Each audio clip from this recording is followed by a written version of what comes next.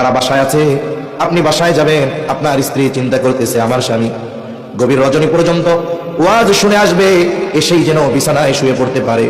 এই জন্য হয়তো আপনার বিছানাটা পরিষ্কার করে সুন্দর মতো বালিশ ল্যাপ কম্বল দিয়ে রাখছে, যাতে আপনি গিয়েই শুয়ে পড়তে পারেন। হয়তো কোনো যুবক এসেছে, তার বোন হয়তো চিন্তা করতেছে ভাইয়া ওয়াজ শুনতে গেছে, এসেই জানি বিছানায় শুয়ে পড়তে পারে, এই জন্য হয়তো বিছানাটা প্রস্তুত করে রেখেছে।